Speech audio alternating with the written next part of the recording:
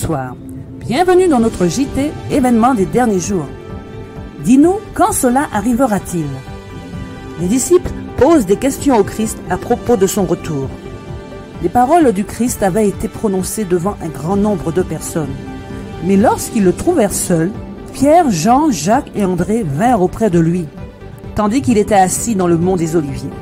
Dis-nous, lui demandèrent-ils, quand cela arrivera-t-il? Et quel sera le signe de ton avènement et de la fin du monde? Jésus ne répondit pas à ses disciples en distinguant entre la destruction de Jérusalem et le grand jour de son retour. Il mêla la description de ces deux événements. S'il avait révélé à ses disciples les événements à venir tels qu'il pouvait les contempler lui-même, il n'aurait pas pu en supporter l'annonce. Par pitié pour eux, il mêla la description des deux grandes crises, laissant aux disciples le soin de discerner la signification par eux-mêmes. Le moment du retour du Christ n'est pas connu. Nombre de personnes qui se disent adventistes ont tenté de fixer des dates. On a cessé de supputer de nouvelles dates de la venue du Christ, mais sans succès. La connaissance du moment précis du retour de notre Seigneur est déclarée hors de la portée des mortels. Même les anges qui exercent un ministère en faveur de ceux qui doivent hériter le salut ne connaissent ni le jour ni l'heure. Pour ce qui est du jour et de l'heure, personne ne connaît, ni les anges des cieux, ni le Fils, mais le Père seul. Nous ne pouvons connaître le moment précis, ni de l'effusion du Saint-Esprit, ni du retour du Christ. Pourquoi Dieu ne nous a-t-il pas donné cette connaissance? Parce que nous n'en ferions pas bon usage. Il en résulterait une situation qui retarderait grandement l'œuvre de Dieu dans la préparation de son peuple afin qu'il puisse subsister au jour qui vient bientôt. Nous ne devons pas vivre dans l'excitation que provoque le fait de fixer toujours des dates. Vous ne sauriez dire s'il viendra dans 1, 2 ou 5 années. Et vous ne pouvez pas non plus repousser sa venue en affirmant qu'il reste encore 10 ou 20 ans avant cet événement. Nous approchons du grand jour de Dieu. Les signes s'accomplissent et cependant, nous ne recevons aucun message qui nous indique le jour et l'heure de l'apparition du Christ. Le Seigneur, dans sa sagesse, nous a caché ce point afin que nous soyons toujours dans une attitude d'attente et de préparation en vue de la seconde venue de notre Seigneur Jésus-Christ sur les nuées. Le moment exact de la seconde venue du Fils de l'homme est le mystère de Dieu.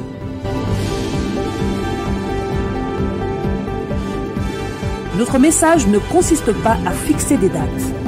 Nous ne prétendons pas définir exactement le temps qui doit encore s'écouler avant le retour de Jésus, avec puissance et une grande gloire. Certains ont fixé un moment, puis lorsqu'il fut écoulé, leur esprit présomptueux n'ont pas accepté le démenti. Mais ils se sont acharnés à fixer encore d'autres moments, et encore d'autres moments. Mais ces échecs répétés les ont signalés comme de faux prophètes. Dieu ne donne à aucun homme le message selon lequel il devait s'écouler 5 ans ou 10 ans ou 20 ans avant la fin de l'histoire de cette terre. Il ne donnera jamais à aucun être vivant un prétexte pour retarder sa préparation à son apparition. Il ne confie à personne la mission de dire, comme le serviteur infidèle, le maître tarde à venir, car cette attitude conduit à négliger imprudemment les occasions et les privilèges qui nous sont accordés en vue de ce grand jour. Fixer des dates conduit à l'incrédulité. C'est parce que ces dates ont été fixées sans cesse et sont passées en vain que le monde s'est encore plus endurci dans un état d'incroyance en ce qui concerne le prochain retour du Christ. On regarde avec dédain les échecs de ceux qui fixent des dates et les hommes ont été si déçus qu'ils se détournent de la vérité de la parole de Dieu selon laquelle la fin de toute chose est imminente. J'estime que frère E.P. Daniels a, d'une certaine façon, fixé une date en affirmant que le Seigneur reviendra dans les 5 prochaines années. Mais j'espère que nous ne donnons pas à l'extérieur l'impression que nous sommes des chrétiens acharnés à fixer des dates. Évitons de telles attitudes. Elles ne font pas de bien. Ne cherchons pas à obtenir un réveil sur une telle base. Usons de prudence en chaque parole afin que les fanatiques n'aient aucune occasion de créer une excitation malsaine qui blesse l'Esprit de Dieu. Nous ne voulons pas exciter les passions pour créer une émotion quand les sentiments sont sollicités sans le contrôle de la raison. J'estime que nous devons nous garder de tous côtés, car Satan est à l'œuvre et fait tout son possible pour nous tromper et nous séduire par des artifices capables de faire un tort considérable. Méfions-nous de tout ce qui provoque une excitation malsaine, car une réaction ne tardera pas à se faire sentir. Des mouvements faux et fanatiques se manifesteront, toujours du fait de personnes de l'Église qui se déclareront conduites par Dieu. Il n'y a pas de prophétie au-delà de 1844. Au camp meeting de Jackson, j'ai clairement affirmé à ces partisans fanatiques qu'ils faisaient le jeu de l'adversaire des âmes. Ils étaient dans les ténèbres, ils affirmaient qu'ils avaient reçu une grande illumination pour affirmer que le temps d'épreuve se terminait en octobre 1884. J'ai alors publiquement affirmé que le Seigneur avait pris plaisir à me montrer que le message de Dieu postérieur à 1844 ne comportait aucune indication chronologique précise. Notre attitude a été d'attendre et de veiller, sans annoncer aucune date entre la fin des périodes prophétiques qui aboutissent à 1844 et le moment de la venue de notre Seigneur. Nous ne recevrons aucun autre message concernant un moment précis. Après cette période de temps qui embrasse les années de 1842 à 1844, nul ne peut fixer de nouvelles dates prophétiques.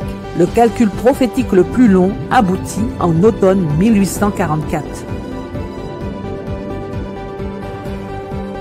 Ellen White attendait le retour du Christ de son temps. L'assemblée présente à la conférence me fut montrée. L'ange me dit, certains sont réservés pour la nourriture des vers, d'autres subiront les 7 dernières plaies. D'autres seront vivants et demeureront sur la terre pour être enlevés au retour de Jésus. Parce que ce temps est court, nous devrions travailler avec diligence et avec une énergie redoublée. Nos enfants n'entreront peut-être jamais à l'université.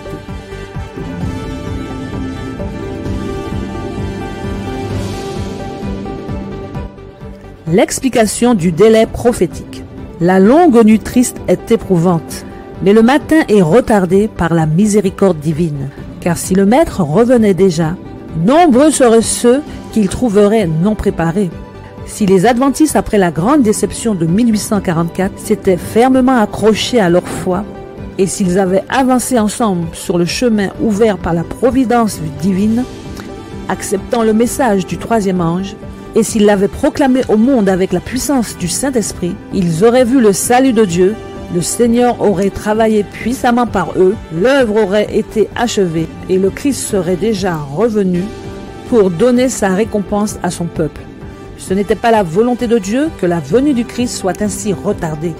Pendant 40 ans, l'incrédulité, les murmures et la rébellion ont éloigné l'ancien Israël de la terre de Canaan. Les mêmes péchés ont retardé l'entrée de l'Israël moderne dans la Canaan céleste. Les promesses de Dieu n'ont failli en aucun des deux cas. L'incrédulité, l'esprit du monde, le manque de consécration et les querelles au sein du peuple qui se réclame de Dieu nous ont retenus en ce monde de péché, de tristesse dans cette vallée de larmes. Si l'Église de Dieu avait accompli le travail qui lui a été assigné selon l'ordre de Dieu, le monde entier aurait déjà été averti et le Seigneur Jésus serait revenu sur notre terre avec puissance et une grande gloire. Les promesses de Dieu sont conditionnelles. Les anges de Dieu, dans leur message aux hommes, présentent le temps comme très court. C'est ainsi qu'il m'a toujours été présenté. Il est vrai que le temps s'est prolongé plus longtemps que nous ne le pensions au premier jour de ce message. Notre Sauveur n'est pas apparu aussitôt que nous l'avions espéré. Mais la parole de Dieu a-t-elle failli pour autant? Absolument pas. Nous devons nous souvenir que les promesses, tout aussi bien que les menaces de Dieu, sont conditionnelles. Nous devons peut-être rester sur cette terre à cause de l'insubordination manifestée il y a de nombreuses années, comme les enfants d'Israël. Mais pour l'amour du Christ, son peuple ne devrait pas accumuler péché sur péché en accusant Dieu d'être responsable de sa mauvaise façon d'agir.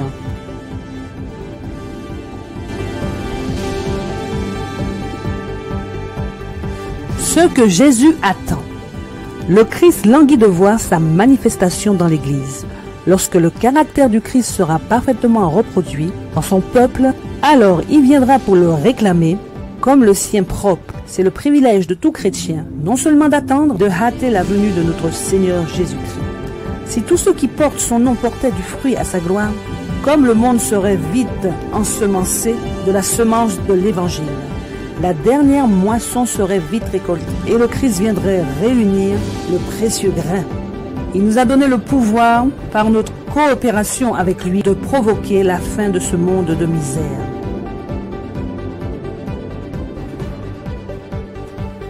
Les limites de la patience divine. Avec une précision sans erreur, celui qui est infini compte les péchés de toutes les nations. Tandis que sa miséricorde renouvelle les appels à la repentance, ce compte débiteur demeure ouvert, mais à partir d'un certain chiffre fixé par Dieu, alors le ministère de sa colère commence. Dieu garde le souvenir des péchés des nations. Les chiffres gonflent leur compte débiteur dans les livres du ciel. Et lorsque sera établie la loi selon laquelle la transgression du repos du premier jour fera l'objet d'un châtiment, alors leur coupe sera pleine. Dieu enregistre les péchés des nations. Quand viendra le temps où l'iniquité aura dépassé les bornes de la miséricorde divine fixée d'avance, la patience de Dieu s'épuisera. Lorsque la somme des péchés enregistrés dans les livres du ciel touchera à son comble, alors la colère de Dieu se déchaînera. Bien que la patience de Dieu supporte longtemps le transgresseur, il y a une limite que l'homme pécheur ne saurait dépasser. Lorsque cette limite ultime est atteinte, alors les offres de la grâce sont retirées. Et c'est le ministère de la justice qui commence.